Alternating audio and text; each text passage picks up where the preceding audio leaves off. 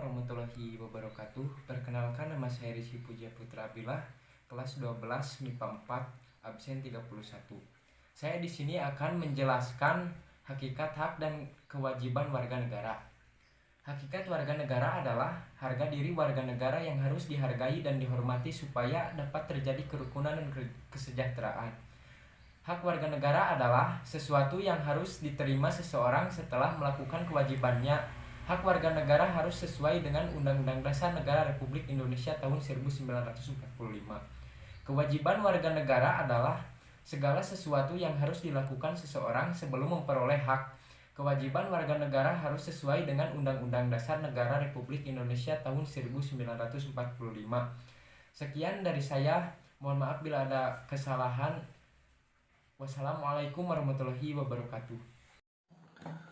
Perkenalkan, nama saya Sufyan Rosidik, absen 32, kelas 12 MIPA 4. Di sini saya akan menjelaskan materi tentang hak dan kewajiban warga negara dalam nilai dasar sila-sila Pancasila. Nilai dasar berkaitan dengan hakikat kelima sila Pancasila, yaitu nilai ketuhanan, nilai kemanusiaan, nilai persatuan, nilai kerakyatan, dan nilai keadilan.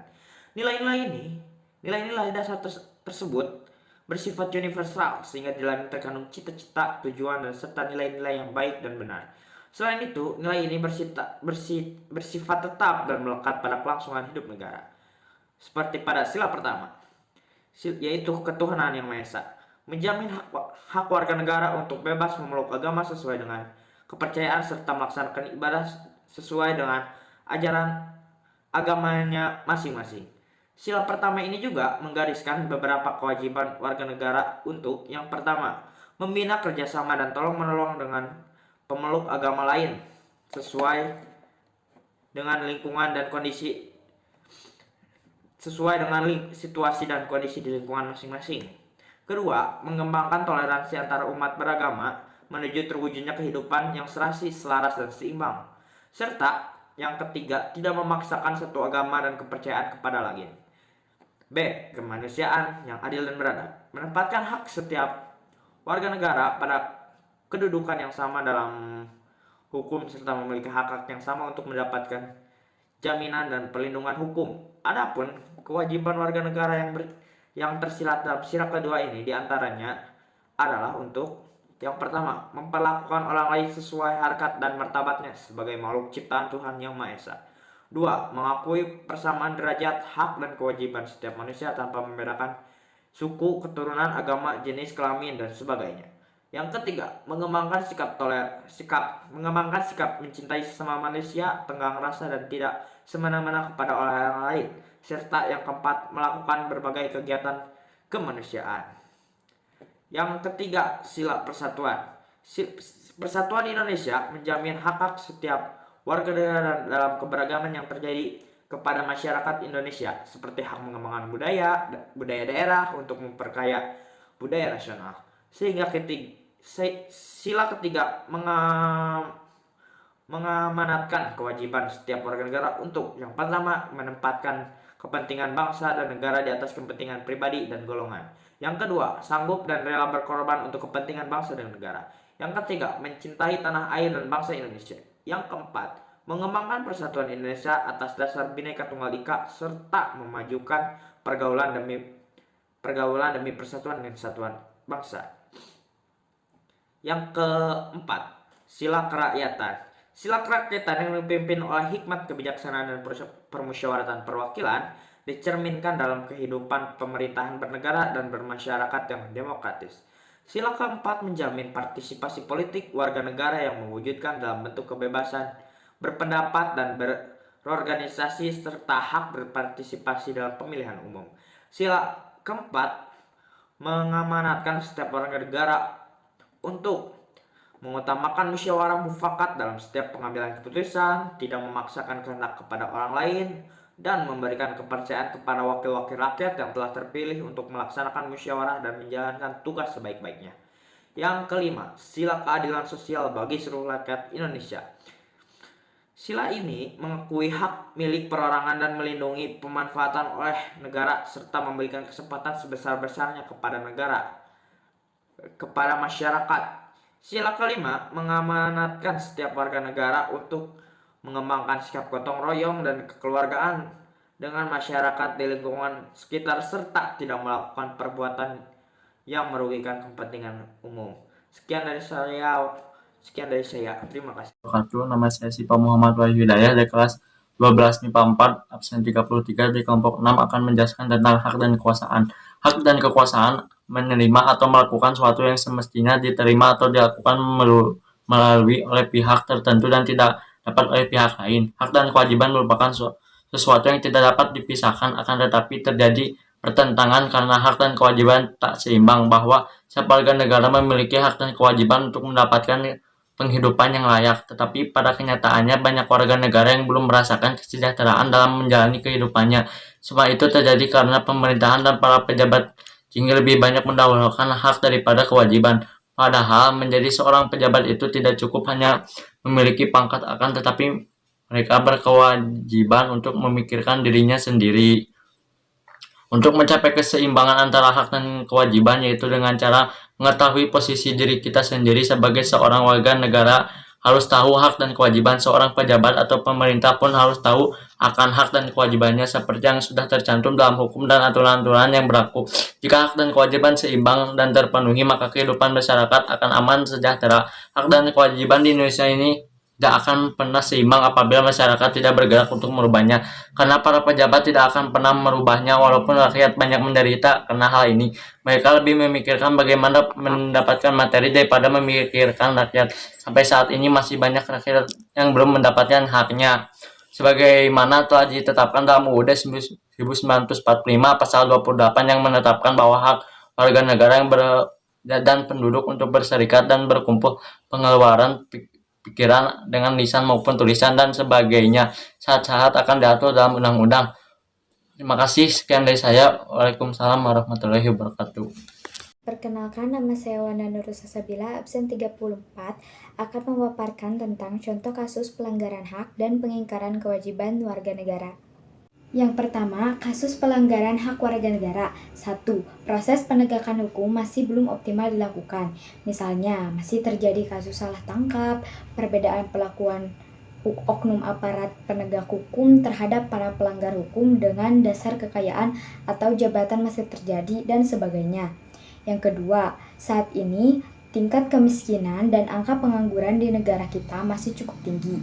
Yang ketiga, makin merebaknya kasus pelanggaran hak asasi manusia seperti pembunuhan, pemerkosaan, kekerasan dalam rumah tangga, dan sebagainya. Yang keempat, masih terjadi tindakan kekerasan mengatasnamakan agama, misalnya penyerangan tempat peribadatan.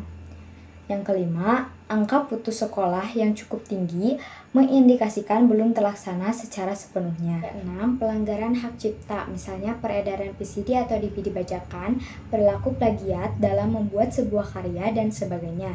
Yang ketujuh, adanya tindakan penggusuran. Hal ini dianggap tidak benar karena masuk dalam bentuk pelanggaran terhadap hak warga negara. Yang kedua, kasus pengingkaran kewajiban warga negara. Contoh kasusnya: 1. Membuang sampah sembarangan. 2. Melanggar aturan berlalu lintas, misalnya tidak memakai helm, mengemudi tetapi tidak mempunyai SIM, tidak mematuhi rambu lalu lintas, berkendara tetapi tidak membawa STNK, dan sebagainya. Yang ketiga, merusak fasilitas negara, misalnya mencoret-coret bangunan milik umum, merusak jaringan telepon. Yang keempat, tidak membayar pajak kepada negara seperti pajak bumi dan bangunan, pajak kendaraan bermotor, retribusi parkir, dan lain-lain. Yang kelima, tidak berpartisipasi dalam usaha pertahanan dan keamanan negara, misalnya mangkir dari kegiatan skamling. Yang keenam, melakukan penerbangan liar dan merusak alam. Terima kasih. Assalamualaikum warahmatullahi wabarakatuh. Perkenalkan, nama saya Windy Septiawati dari kelas 12 MIPA 4, kelompok 6, nomor absen 36. Saya di sini akan menyimpulkan materi yang dijelaskan oleh anggota kelompok saya. Hak adalah segala sesuatu yang pantas dan mutlak untuk didapatkan oleh individu sebagai warga negara sejak berada dalam kandungan. Hak pada umumnya didapat dengan cara diperjuangkan melalui pertanggungjawaban atas kewajiban, sedangkan kewajiban adalah segala sesuatu yang diharuskan untuk dilaksanakan oleh individu sebagai anggota warga negara, guna mendapatkan hak yang pantas untuk didapat, dengan kata lain, memberikan atau melakukan apa yang harus kita lakukan demi kemajuan bangsa ke arah yang lebih baik. Hak dan kewajiban adalah sesuatu yang tidak dapat dipisahkan satu sama lain, sehingga dalam praktiknya di kehidupan sehari-hari harus dijalankan secara seimbang. Pasal 27 ayat 2 Undang-Undang Dasar 1945 berbunyi, tiap-tiap warga negara berhak atas pekerjaan dan penghidup yang layak bagi kemanusiaan. Pasal tersebut menjelaskan bahwa setiap individu sebagai anggota warga negara berhak untuk mendapatkan pekerjaan serta kehidupan yang layak bagi kehidupan bermasyarakat, berbangsa, dan bernegara.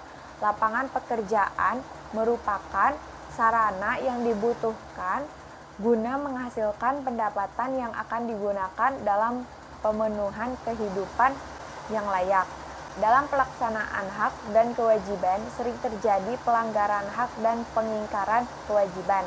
Pelanggaran hak warga negara adalah tindakan aparat negara yang melanggar atau tidak memberikan apa yang menjadi hak warga negara. Pengingkaran kewajiban adalah pengingkaran warga negara terhadap kewajiban yang ditentukan pemerintah.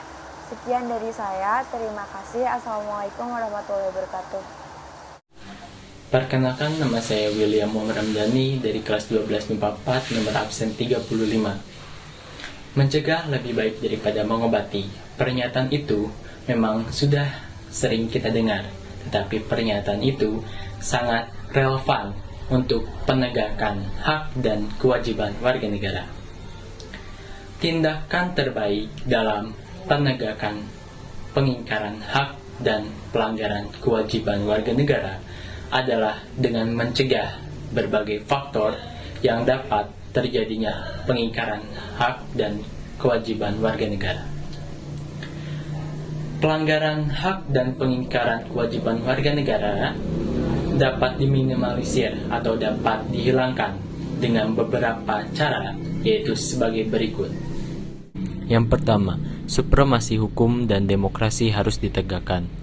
Pendekatan hukum dan pendekatan dialogis harus dikemukakan dalam rangka melibatkan partisipasi masyarakat dalam kehidupan berbangsa dan bernegara. Para pejabat penegak hukum harus mematuhi kewajiban dengan memberikan pelayanan yang baik dan adil kepada masyarakat, memberikan perlindungan kepada setiap orang dari perbuatan melawan hukum, dan menghindari tindakan kekerasan yang melawan hukum dalam rangka menegakkan hukum.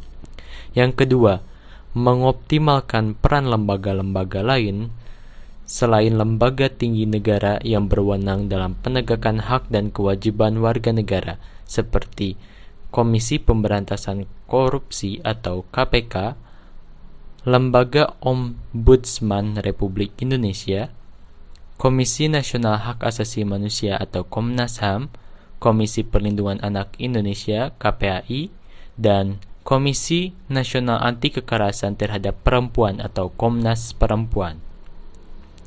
Ketiga, meningkatkan kualitas pelayanan publik untuk mencegah terjadinya berbagai bentuk pelanggaran hak dan pengingkaran kewajiban warga negara oleh pemerintah. Yang keempat, meningkatkan pengawasan dari masyarakat dan lembaga-lembaga politik terhadap setiap upaya penegakan hak dan kewajiban warga negara. Yang kelima, meningkatkan penyebarluasan prinsip-prinsip kesadaran bernegara kepada masyarakat melalui pendidikan formal, sekolah atau perguruan tinggi, dan maupun non-formal, yaitu kegiatan-kegiatan keagamaan atau kursus-kursus. Yang keenam, meningkatkan profesionalisme lembaga keamanan dan pertahanan negara. Dan yang ketujuh, meningkatkan kerjasama yang harmonis antar kelompok atau golongan dalam masyarakat agar mampu saling memahami dan menghormati keyakinan dan pendapat masing-masing. Selain upaya pencegahan, pengingkaran hak dan pelanggaran kewajiban, yaitu pemerintah juga harus melakukan penanganan untuk menangani pelanggaran hak dan pengingkaran kewajiban warga negara, yaitu sebagai berikut.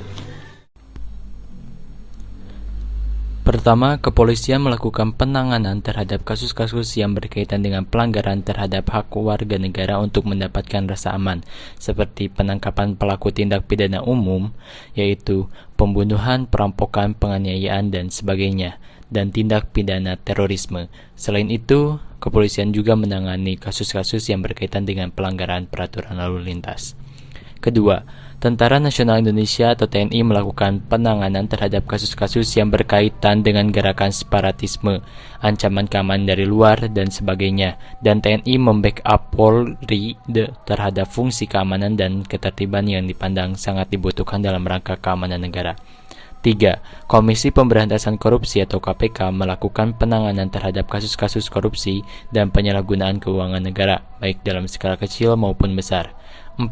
Lembaga peradilan melakukan perannya untuk menjatuhkan vonis atas kasus pelanggaran hak dan pengingkaran kewajiban warga negara, tentunya dengan menegakkan prinsip keadilan. Yang kelima, yaitu masyarakat memiliki fungsi kontrol terhadap proses penyelenggaraan penegakan hukum secara adil.